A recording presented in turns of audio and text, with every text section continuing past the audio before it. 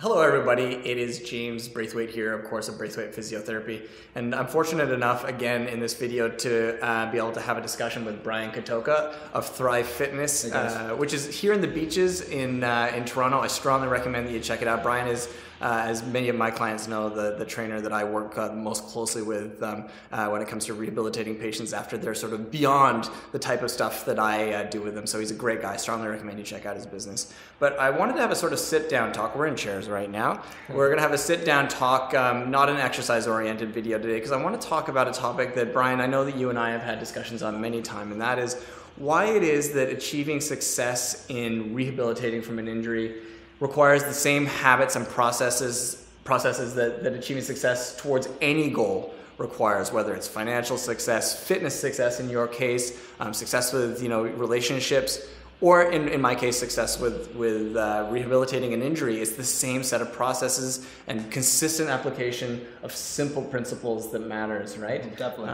And I'm sure that you see the same type of thing when it comes to working with your clients and their fitness goals, right? With any goal, it really starts with knowing where you want to get to, then sort of working backwards. Working with a practitioner or with a trainer, it's one of those things, whether it's a fat loss goal, if your shoulder hurts, we want to see where you want to get to. So let's just say you used to be able to throw 90 miles per hour, but you have pain in your shoulder. Okay, maybe we can't get you to throw 90 miles per hour on day one, but maybe if you see a physio or chiro or whoever you're seeing for 6 or 7 weeks, with a progress plan, you can actually get there. So the biggest thing is focus on single habits and working up to that goal very, very slowly.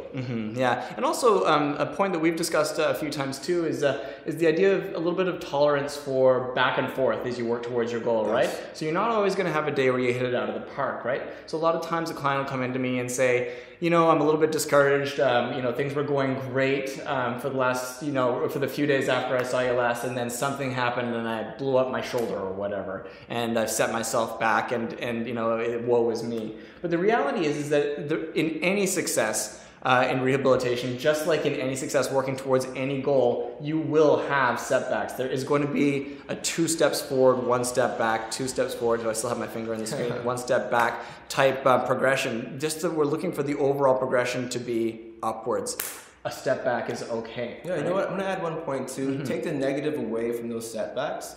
A lot of times, how we feel towards going to goal actually does impact that goal. If you're negative and you're angry that you're falling back, just understand that it's a process. It's not going to happen over one day. And there are some people who come into the gym and have an easy time, but for most goals that mean that much to you, you actually want to get over this injury and do everything that you can to never get injured again. So there is no negative. It's just a process, and keep on working towards that goal. Yeah, and applying simple habits, and in my case, that might be, your simple habits might be, do a simple exercise every single day, but do it with consistency. Or it might be, put your hot pack on for 20 minutes every single day. Or how about get 8 hours of sleep a night, every single night. Just simple habits applied very, very consistently, and that's the key. In my experience. So thanks so much for talking about this topic with me, Brian. It's a pleasure, and just a thought that maybe some folks watching the video can take to heart, and I hope you do.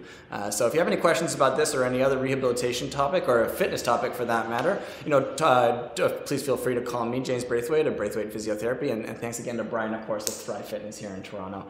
Great chatting with you. Have fun.